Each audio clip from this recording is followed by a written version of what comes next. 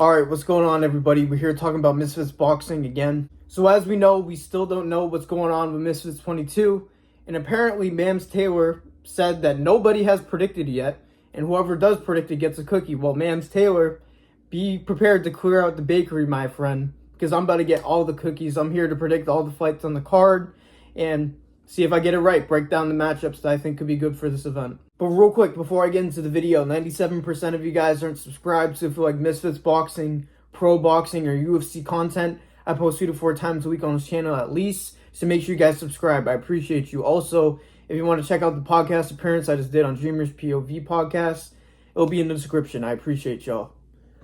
Alright, so the first fight that I think is going to be on Misfits 22 is Ben "The Bane" Davis versus Divine Xavier, or Divine Valley, whatever he goes by. I'm not certain. I know a good amount of you actually probably don't know who he is. This will be his debut on Misfits, but he's a small creator boxer.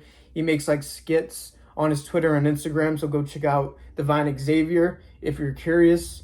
We'll look at his footage in a second, but they've called each other out multiple times on Instagram and Twitter, and it seems like this is very possible because I can imagine that Misfits wants Ben to win because he's so involved with the commentary and everything. It would just make him a little bit more of a name.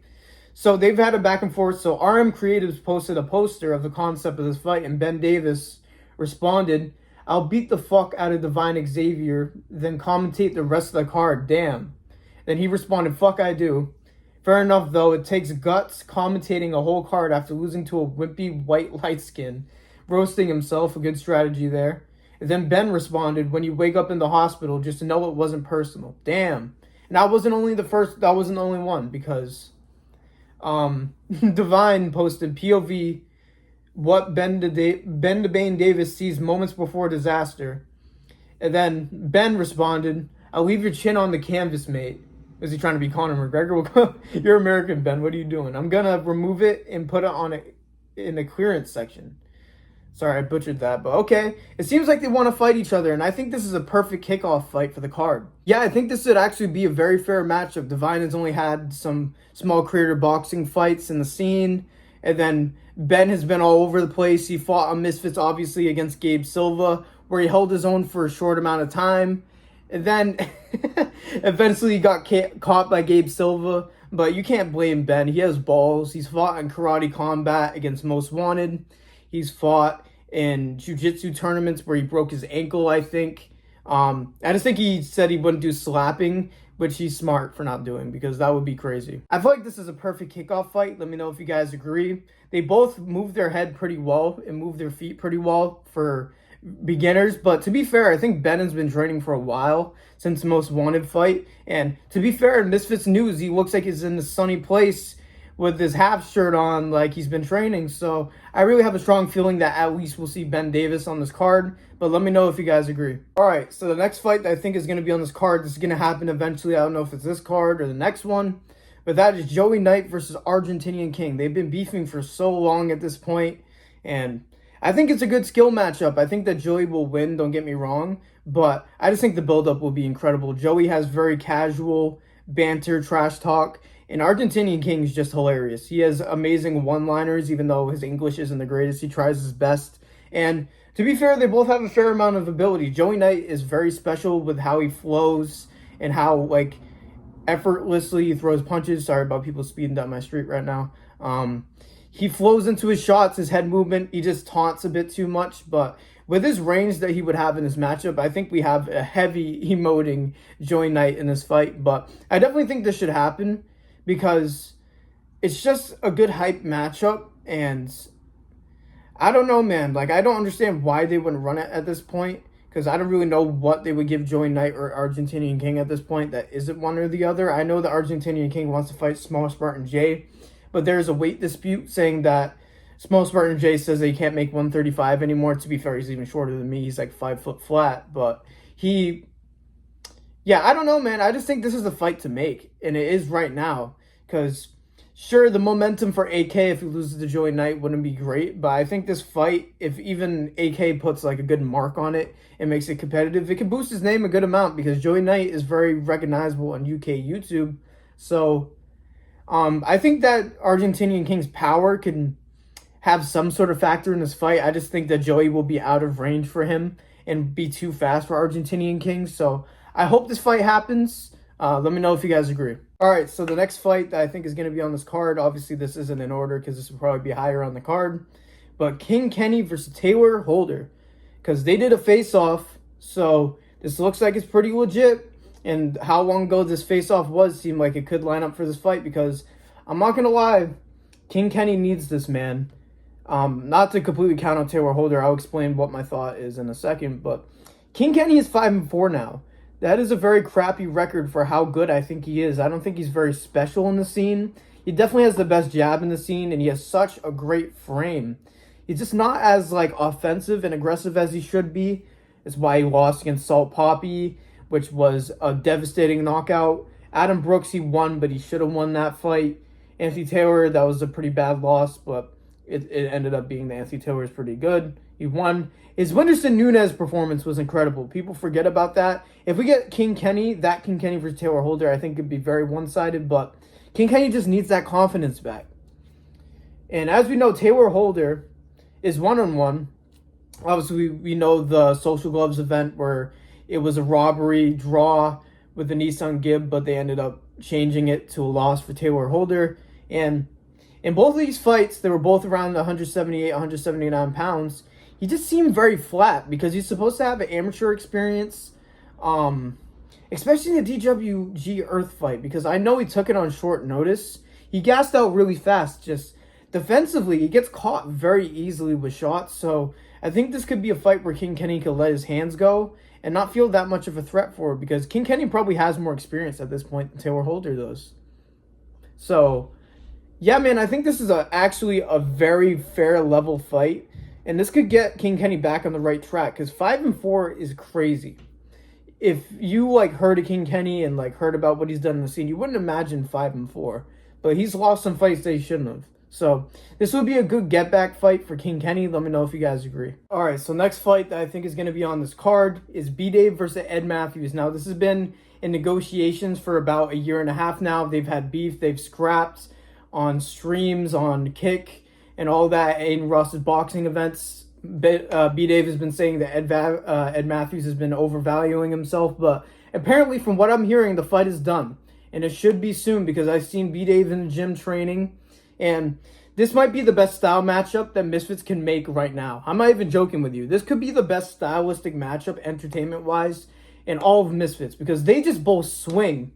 B-Dave especially, well, I should say Ed Matthews especially, but both of them do.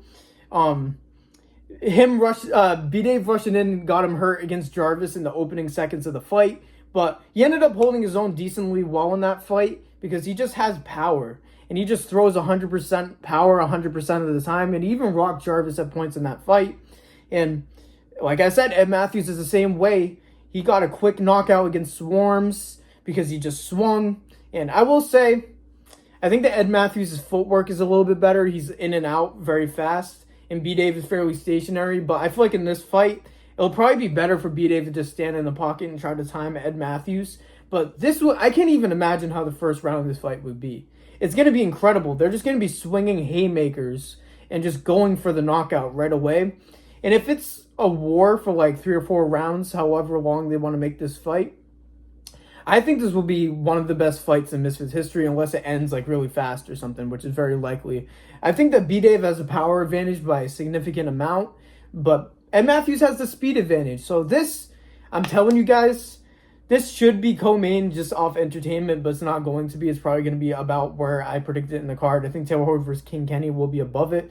But B-Dave and Taylor Holder are good friends, and them being on the same card makes sense. They're probably training together. So yeah, let me know if you guys agree. B-Dave versus Ed Matthews should definitely be on this card. All right, so the next fight that I think will be on Misfits 22 is Aaron the Plumber one way or another, and I think it will be Aaron Plummer versus Masai Warrior, because Aaron the Plumber has been calling out Wade, and obviously we know that Wade faced Masai Warrior where he looked very good in that fight, and Masai showed some flashes late in the fight because Wade got tired in round 4 and he was able to land some shots. But the thing with Masai Warrior is he showed that he's very open to be hit. People with long arms just swear that they can just use their arms to get out of the way of punches, but it just isn't very effective. I've seen that he's still training like consistently. So I think this is very likely to happen. I almost said Ashton Hall, but I don't think Ashton Hall will do it, to be honest. I don't think it's a big enough name for him, even though Aaron the Plumber is really everywhere in the internet right now because he just crashes out and fights everybody. But now he's actually using his crash out skills in the ring because he's been training. Seems like pretty consistently, and I think one way or the other, he's going to be on this card. And I think Messiah Warrior is perfect for that. So yeah, I can't ramble on too long because the video would be too long, but I really want to see Aaron the Plumber on Misfits. Him versus Wade is a big fight, and this would be a great thing. If he's able to beat Messiah Warrior, it sets it up right then and there. And Wade said he'll be at the event, so I'm very interested. Let me know if you guys agree. All right, now this one is actually very interesting because I have some context here because they posted 2 blacked out fighters, and one of them is pretty obvious in my opinion. Only one person has hair like that, and that is Dylan Dennis. So I really don't even understand why, like how. So the only thing I can think of is I'm obviously showing on the screen the blackout. There was a rumor for a GFL fight with Dylan Dennis, so I wonder, is it Dylan Dennis versus Tony Ferguson? That would be very interesting. Or it could be Mike Perry. I think it's Dylan Dennis versus Mike Perry or Tony Ferguson. One of the two. I think him versus Mike Perry would be...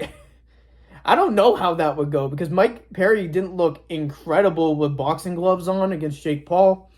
But he definitely would be way better than Dylan Dennis at boxing because he got pieced up by Logan Paul and didn't even throw any punches. But Tony Ferguson at this age... It would be very interesting if they had Dylan Dennis versus Tony Ferguson either be the main event or co-main event of this card. And based on the blackouts, that's what I'm going off. Unless they're just completely BSing and using Dylan Dennis's cutout just to tease and have people guess the wrong thing.